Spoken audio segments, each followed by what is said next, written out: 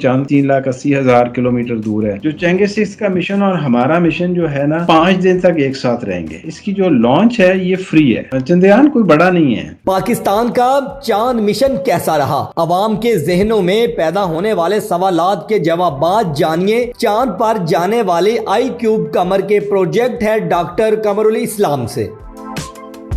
Sir बताइएगा कि आई cube कमर ये प्रोजेक्ट कब स्टार्ट हुआ और पाकिस्तान ने इसमें शमूलियत कैसे इख्तियार की चाइना के साथ में? अच्छा, प्रोजेक्ट तो ये 2022 के शुरू में हमें मिला है और तो स्टार्ट हमने 2022 में किया और ज़ाहिर है अभी कंप्लीट हो गया है। तो लेकिन ये बात इससे थोड़ा सा मैं पहले जाऊंगा तो ये बताना ज़रूरी है कि ये जो सैटेलाइट है ये एक क्लास ऑफ सैटेलाइट है जिसको क्यूब सेट्स कहते हैं, जो कि नॉर्मल सैटेलाइट्स के निस्बतन ये मिनिएचर सैटेलाइट्स होते हैं। ठीक है। इसका मतलब ये लो कॉस्ट कम कीमत सैटेलाइट होते हैं और ये यूनिवर्सिटीज़ और रिसर्च इदारे इस्तेमाल करते हैं टेक्नोलॉजी डेमोन्स्ट्रेशन के लिए और कोई नई टेक्नोलॉजी टेस्ट करने के लिए या नए सिस्टम टेस्ट करने के लिए। तो ये जो है ना ज़मीन के लो अर्थ ऑर्बिट में भेजे जाते हैं जो कि 600 से 1000 किलोमीटर के ऊपर होता है। तो हमने भी इस पे काम शुरू किया इंस्टीट्यूट ऑफ स्पेस टेक्नोलॉजी में, क्योंकि हम दूसरे जो एक्सपेंसिव बड़े सैटेलाइट्स हैं उस पे तो बहुत पैसे चाहिए होते हैं और वो नॉर्मली नेशनल स्पेस एजेंसीज काम करती हैं या इस तरह के इदारे काम करते हैं। थोड़ा सा बता दीजिएगा साथ कि पाकिस्तान की खलाई तहकीकात में ये कितनी अहमियत का हामिल? ये बहुत अहमियत का हामिल है। उसकी वजह ये है कि जब आप ज़मीन के मदार में होते हैं, ऑर्बिट में होते हैं, तो आपको कुछ टेक्नोलॉजी चाहिए होती हैं, कुछ क्वालिफिकेशन लेवल चाहिए होते हैं और चाहिए होते हैं। जब आप ज़मीन से बाहर जैसे चांद तक जाते हैं तो चांद काफ़ी दूर है यहाँ से, ऑन एवरेज 3,80,000 किलोमीटर दूर है। तो उसमें आपको काफ़ी नई चीज़ें जो हैं टेक्नोलॉजीज़ को क्वालिफ़िकेशन के पॉइंट ऑफ व्यू से अचीव करना होता है। मेरा मतलब ये है कि उसमें रिक्वायरमेंट्स काफ़ी ज़्यादा होती हैं और वो टेक्नोलॉजी अगर आप अचीव करते हैं तो वो आप और जगहों पे भी अप्लाई कर सकते हैं। तो इस लिहाज से ये, और फिर आप उसको कंट्रोल करना इतनी दूर से, वो भी एक काफ़ी चैलेंज होता है। बताइएगा कि पाकिस्तान के अलावा कौन से कंट्रीज़ हैं जिन्होंने इसमें हिस्सा लिया था और पाकिस्तान का ही जो आई क्यूब कमर है वो सिलेक्ट क्यों हुआ जाने के लिए? और कंट्री जो है ना वो एप्सको ने, क्योंकि ये किया था जो अपॉर्चुनिटी थी, और एप्सको मेंबर स्टेट्स जितने भी हैं उनको ये गया था, और एप्सको के 8 मेंबर स्टेट्स हैं। उसमें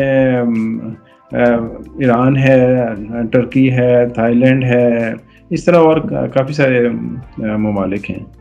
अच्छा सर, इस पे खर्चा कितना आया? अच्छा, खर्चा में को आप इस तरह से देखें, खर्चे को इस तरह देखें कि इसकी जो हमें फैसिलिटेशन क्या मिली। पहले ये मैं आपको फैसिलिटेशन ये है कि ये जो है इसकी जो लॉन्च है ये फ्री है। ठीक है, यानी कि अदरवाइज अगर आप रॉकेट अपना यूज़ करें और चांद तक जाएं तो ये बहुत ही महंगा काम है करना।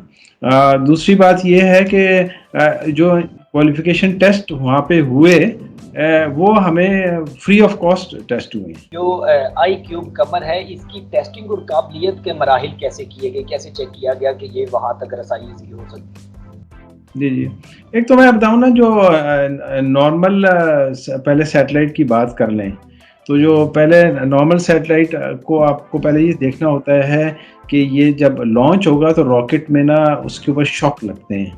रॉकेट जैसे जाता है ना तो ऊपर, तो उसमें शॉक होती है, वाइब्रेशंस होती हैं।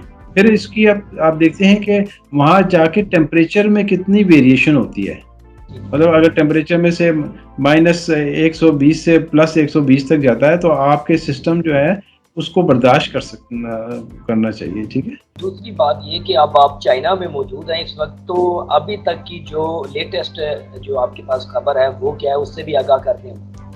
जी, ये आपने बड़ा अच्छा सवाल किया। तो अल्हम्दुलिल्लाह जो हमारा सैटेलाइट है वो एज पर प्लान हो जा रहा है, और उसकी जो जितने भी जो हैं हमें मिलते हैं इंफॉर्मेशन इन टर्म्स ऑफ इस जो भी है वो बिल्कुल ठीक है, मतलब कम्युनिकेशन पूरी है। जी जी, कम्युनिकेशन तो हर वक्त होती रहती है ना, ये जब जाएगा तो हर सेकंड कम्युनिकेशन जो है वो नहीं। अच्छा, यहाँ पे ना सर मैं बताता चलूँ, सोशल मीडिया पे कुछ क्या सराहियाँ की जा रही है कि आई क्यूब कमर फट गया है या मुख्तलिफ तजिए किए जा रहे हैं आपके साथ, इसके लिए? नहीं नहीं, ऐसी बिल्कुल कोई बात नहीं है, अल्हम्दुलिल्लाह वो एज पर स्पेसिफिकेशन है और अभी रवां दवा है चांद की तरफ। अच्छा सर, बताइएगा कि ये इसका प्रोसीजर कितना लंबा होगा, कितने दिन में पहुंचेगा, और इसके अलावा वहाँ पे कितनी देर तक ये अपडेट हमें मतलब आपके साथ कम्युनिकेट करेंगे? अच्छा देखें, एक तो चेंगे 6 का मिशन है और एक हमारा मिशन है। जो चेंगे 6 का मिशन और हमारा मिशन जो है ना, वो 5 दिन तक एक साथ रहेंगे, ठीक है। 5 दिन के बाद हमारा जो सैटेलाइट है वो मून के ऑर्बिट में सेपरेट हो जाएगा और फिर ये खुद ऑर्बिट करेगा और उस ऑर्बिट को, उसको सैटेलाइट को हम कंट्रोल करेंगे यहाँ से, और वो वहाँ की इमेजिंग लेगा और काफ़ी सारे और जो भी इसके वो हैं। जो उसका मिशन है चेंगे 6 का, उसके 3 पार्ट्स हैं। एक ऑर्बिटर है, एक जो है वो उसका लैंडर है और फिर एक असेंडर है। तो वो वहाँ से वो लैंड करेगा, ऑर्बिट में रह जाएगा वो जो, और दूसरा जो है बाकी 2 वो लैंड कर जाएंगे और उधर से ना वो सैंपल्स लेंगे। अच्छा सर, चूंकि सोशल मीडिया का दौर है, हर बंदे का अपना तजिया, अपनी बातें हैं, तो ये कहा जा रहा था कि पाकिस्तानी साइंटिस्ट की बजाय ये वहाँ के जो यूनिवर्सिटी स्टूडेंट्स हैं उनका एक प्रोजेक्ट है, उसमें पाकिस्तानी साइंटिस्ट ने अपना क्रेडिट, इस हवाले से थोड़ा सा बता दीजिए। देखिए, कुछ भी कहा जा सकता है, लेकिन जैसे मैंने कहा कि जो पहला हमने एप्सको का किया था और उसमें 2 सैटेलाइट्स में हमने डिज़ाइन किए थे और उसमें एक जो सैटेलाइट SSS-2A था, उसमें हमने कोलैबोरेट किया था उनके साथ, और वो that was funded by APSCO was the funding. और इस केस में जो है IIST is the lead university, और ये जब भी कोई जो जाता है तो वो रजिस्टर होता है कि ये किसकी प्रॉपर्टी है ये सैटेलाइट। तो this satellite is a property of Pakistan और institute of space technology, it's not a property of anyone else. Sir मुझे बताइएगा कि ये कितना अहम है पाकिस्तान के लिए, और इन फ्यूचर भारत की तरह हम चंद्रयान जैसा प्रोजेक्ट मिशन किस तरह लॉन्च करेंगे, कर पाएंगे, कब करेंगे? देखिए, ये बात है कि जब भी मुख्तलिफ कंट्रीज अप्लाई करती हैं तो उनकी उस एरिया में एक्सपर्टीज होती हैं। तो जो हमारा था, हमारी एक्सपर्टीज इसलिए थी कि हमने ये एक्सपर्टीज डेमोन्स्ट्रेट कर दी थी। जो 2013 में हमने लॉन्च किया, उसके बाद 2021 में हमने लॉन्च किया, तो वो एक डेमोन्स्ट्रेटेड थी, तो उसमें एक कॉन्फिडेंस लेवल था कि देखें क्वालिफाई हुआ, लॉन्च हुआ, ऑर्बिट में गया। तो वो बाकी कंट्रीज का किसी ये वजह नहीं है कि उनके पास साइंटिस्ट इंजीनियर्स नहीं है, ऐसी कोई बात नहीं है। उनका उस पर्टिकुलर एरिया में उस वक्त इतनी एक्सपर्टीज नहीं थी जो कि डेमोन्स्ट्रेटेड ना हो। अच्छा सर, मुझे बताइएगा कि इसका जब ये चक्कर लगाएगा चांद के अतराफ में, तो ये कितने ग्राम का मादा उठाने की कोशिश करेगा और इसमें कितनी कुछ सदाकत है, क्योंकि सोशल मीडिया पे खबरों में तो ये बताया जा रहा है। नहीं, ये इसका चांद से कोई मादा उठाने का कोई ताल्लुक नहीं है इसका। ठीक है। ये सिर्फ उसके ऑर्बिट में जाएगा, और ऑर्बिट में जाके ये जो ऑर्बिट के जो हिसाब से जो भी आपका मिशन होता है, जैसे इमेजिंग के मिशन है या वो मून का ग्रेविटी मॉडल को टेस्ट करना है, ऑर्बिटल डायनेमिक्स टेस्ट करने हैं, अपने सिस्टम्स जो थे उनको हायर रेडिएशन लेवल पे क्वालिफाई करना है, और इस तरह के और काफ़ी जो है एक्सपेरिमेंट्स, रिसर्च एरियाज जो कि ऑर्बिटल मिशन से एसोसिएटेड हैं, ये वो सारे करेगा। ये जमीन, उसकी चांद की जमीन पे नहीं जाएगा। वो मिशन चेंगे 6 का है, वो सॉइल वो करेक्ट करेंगे, वो लेकर आएंगे, वो उसका अच्छा, आप दूसरी जो बात आपने इंडिया की है, तो देखें जितने भी जब भी कोई नई सेलेस्टियल बॉडी पे जाते हैं, चाँद पे जाएँ, मरीख पे जाएँ, तो पहला मिशन होता है ऑर्बिटल मिशन होता है। या तो फ्लाई बाय होता है जनरली कई दफ़ा, लेकिन ऑर्बिटल मिशन होता है। और फिर आपका नेक्स्ट स्टेप जो होता है ना ऑर्बिटल में, जब आप कंफर्टेबल हो जाते हैं, क्योंकि आप ऑर्बिट में जाके फिर आपने नेक्स्ट फेज़ होता है, आपने लैंड करना है। अगर आप ऑर्बिट से आप ज़्यादा आपको मालूमात नहीं है, तो वो नेक्स्ट वाले में आपका उसी कामयाबी के चांसेस कम होते हैं। तो उन्होंने भी पहले ऑर्बिटल अपना मिशन भेजा।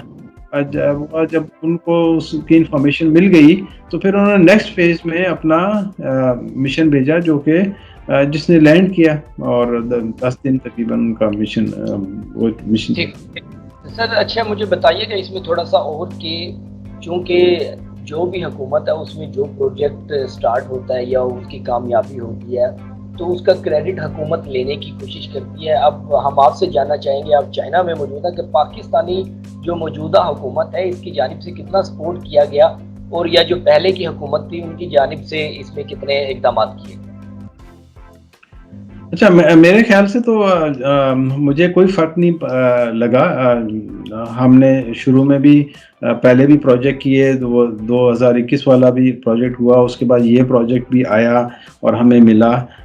तो हमें तो कंटिन्यूअसली सपोर्ट रही है, जो भी गवर्नमेंट रही है उन्होंने हमें फुली सपोर्ट किया है। तो इसमें पाकिस्तानी हुकूमत राब्ते में है? पाकिस्तानी हुकूमत को बिल्कुल, क्योंकि ये जो स्पार्को ने हमें बड़ा सपोर्ट किया, और इसमें क्योंकि उनके पास कुछ ऐसी फैसिलिटीज़ हैं जहां पर हम चीज़ें टेस्ट कर सकते हैं। अच्छा सर, डीप स्पेस नेटवर्क के ज़रिए तस्वीर ली जाएंगी, तो मुझे बताइएगा कि अभी तक कोई तस्वीर आई हैं आप तक? क्योंकि खबरों में भी देखा जा रहा है, लोग सुन रहे हैं कि कोई नई तस्वीर आई है जी हमारे आईक्यूब कमर की जानिब से, तो इस तरह का थोड़ा सा बताएंगे। अभी तक कोई किसी चीज़ की तस्वीर नहीं है। तस्वीर सिर्फ उसकी है कि जो चेंगे के ऊपर अपने कैमरास लगे हुए हैं, उनकी तस्वीरें हैं। जैसे आपने देखा होगा कि डिफरेंट स्टेजेस सेपरेट हो रही हैं या वो हो रहा है, तो वो अपने मॉनिटरिंग के लिए कि कौन सी चीज़ कैसे फंक्शन किया, उन्होंने उसके ऊपर हर जगह पे कैमरे लगाए हुए,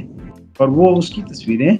चांद के तो अभी चांद तो 8 तारीख तक आएगा। अच्छा सर, मुझे बताइएगा कि चूंकि छोटा सैटेलाइट है अभी ये, तो कब एक वक्त आएगा, पाकिस्तानी अवाम जानना चाह रही है, उनके लिए एक बड़ी खबर होगी कि कब ऐसा वक्त आएगा कि हमसाये ममालिक की तरह हम भी अपना चंद्रयान जैसा कोई मिशन वहाँ पे भेजें, और एक बड़ा सैटेलाइट, और हमें भी वो चीज़ हासिल हो जो एक मुल्क की ख्वाहिश होती है। अच्छा, मैं थोड़ा सा बताऊंगा। चंद्रयान कोई बड़ा नहीं है, और हर एक की कोशिश ये होती है कि कोई बड़ी चीज़ ना भेजें अनलेस के वो बहुत ज़रूरी हो, क्योंकि आप मिशन के हिसाब से ना उसको छोटा से छोटा करने की कोशिश करते हैं। उसकी वजह ये है कि उसकी कॉस्ट एसोसिएटेड है ना, आपको इस तरह से कि कॉस्ट इस तरह से नहीं है, कॉम्प्लेक्सिटी एसोसिएटेड है। तो जो अगले से अगला जो जाएगा चेंगे 8 में हमारी अभी कोशिश है, और हम भी उसी तरह से कर रहे हैं कि उसमें हमारा रोवर जाए, और वो 2028 में जो जाएगा, तो इंशाल्लाह उसमें हमारा रोवर जाएगा और लैंड करेगा। और ये वाला रोवर जो हमारे बनाने का है डिज़ाइन, ये लॉन्ग लाइफ रोवर होगा। सर, चूंकि आप हमारे साथ हैं इस वक्त, तो अपनी टीम के कोई नाम वगैरह अगर बता दें तो हमें वो मिलेगा कंटेंट के। हम लोग जानना चाहते हैं कि कौन से ऐसे लोग हैं जो इस प्रोजेक्ट का हिस्सा है और वो इसमें शामिल हैं। ठीक है, तो मेरा तो आपको मालूम है, I am heading this project and project director. हमारी जो यूनिवर्सिटी से हमारे 2 कोर टीम मेंबर हैं। एक डॉक्टर खुरम खुर्शीद हैं और एक डॉक्टर रेहान महमूद हैं। ठीक है। और फिर हमारे जो हैं स्टूडेंट्स हैं, कुछ GRAs हैं और ग्रेजुएट एसोसिएट्स हैं, वो हैं। फिर स्पार्को की तरफ से जो उनकी सैटेलाइट टीम है, उनसे एक डॉक्टर आमिर गिलानी हैं, और उनके साथ उनकी जो टीम के मेंबर्स हैं।